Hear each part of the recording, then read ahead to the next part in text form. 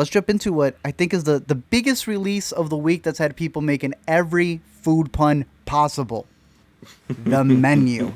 A movie that Zach was able to catch earlier this year at TIFF. He gave it a recommendation, but he did something that Zach doesn't usually do. He wouldn't tell me a damn thing about this movie. He wouldn't give me an inkling. He wouldn't tell me anything. He's like, just go into it. It's fun. It's good. Yeah. I went into this movie only knowing that it was the writers of Succession. So I was like, all right, it's going to be some themes at play here. It pretty much revolves around a bunch of rich people who organize themselves and appear at this island where for $1,250 a head, they get to eat crazy courses of meals from one of the best chefs possible. Only 12 people can go at a time, and you can't leave until you finished your meal. But there may be something else on the menu that they weren't expecting. The cast, fantastic all around. The script is going to keep you guessing throughout the entire movie. But then I realized that the writers actually write for The Onion, and that's when a lot of what was going on here actually made a lot of sense to me.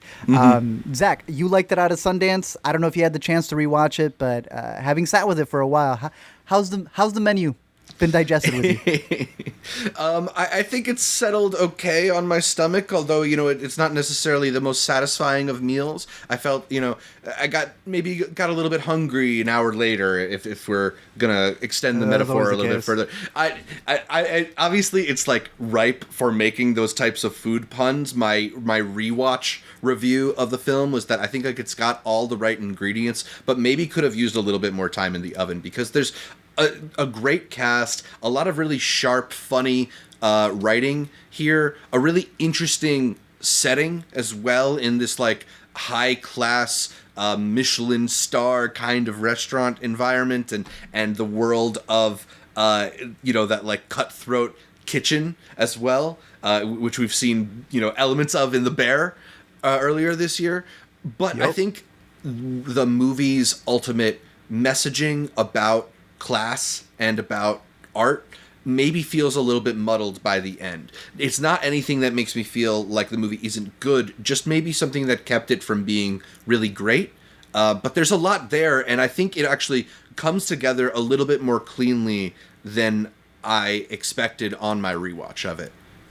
Yeah, I feel you. We're going to be going full spoilers because obviously there's a lot extra to add to this movie, but I think if you've been watching a lot of these movies that are literally eat the rich, this takes the eating element to one degree further than we've seen in other movies. But at the same time, I agree with you. It's like I feel that the Succession people are better at writing rich people than they are what's supposed to be the working class. And in that, I don't think that this is a movie where you're going to come out. If you haven't seen any movies ever, sure, you're going to be coming out of this going like, wow, there's a class systems at play here. But for the most part, I thought it played well as the satire that it's trying to be. I've heard them pitch it as a horror, and that the satire begins once you leave the theater.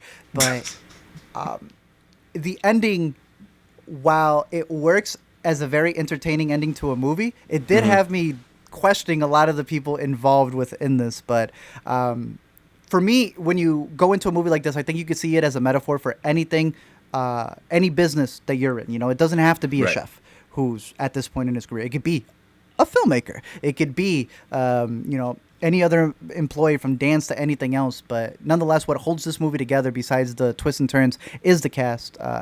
Ralph Fiennes, I think, is fantastic in this movie. Nicholas Hoult is just so perfect to hate. He just plays that smug role so well. And yet, out of everybody in the menu, I felt like I'd be him, sitting there wanting to try every single piece that there is in store. I don't know if you had I like taking pictures of my meals. I don't know if I should feel indicted necessarily. Yeah, exactly. You have to. My memory's not that good. I can't remember the mouthfeel of the mignonette without like a little bit of cell phone snap.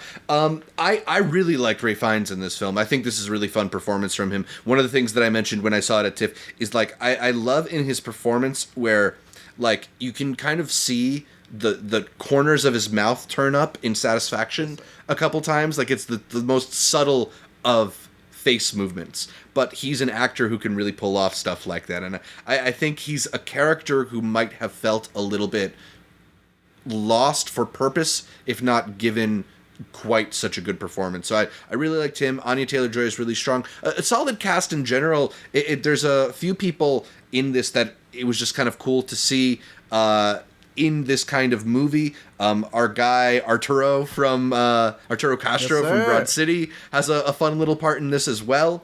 So yeah, I think it's definitely one of those films that's worth taking the time to go to the movie theater. It's a pretty easy recommendation. I feel like most people would be able to get something from this. It's not like a movie that would be hard to find somebody to go with you to see. So yeah. I recommend it wholeheartedly.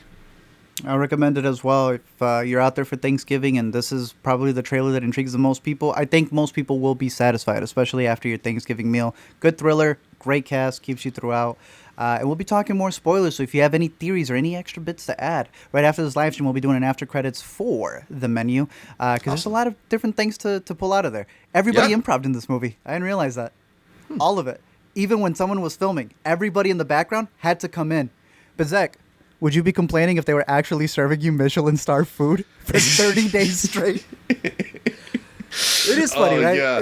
The craft service table must have been off the hook for this movie. Oh, insane! You didn't even need to go to the table; it came to you. It must have been fantastic. So, The Menu, where the cast ate more than the people in the menu ate there. But I would highly recommend it. Isn't it a bit hypocritical of the movie if that's like only the stuff that the actors ate? Meanwhile, the gaffers are getting tasty cakes. Wouldn't and shit that be like that. insane, Zach? So that may be the case, but we'll talk about that in the after credits. But The Menu playing in theaters.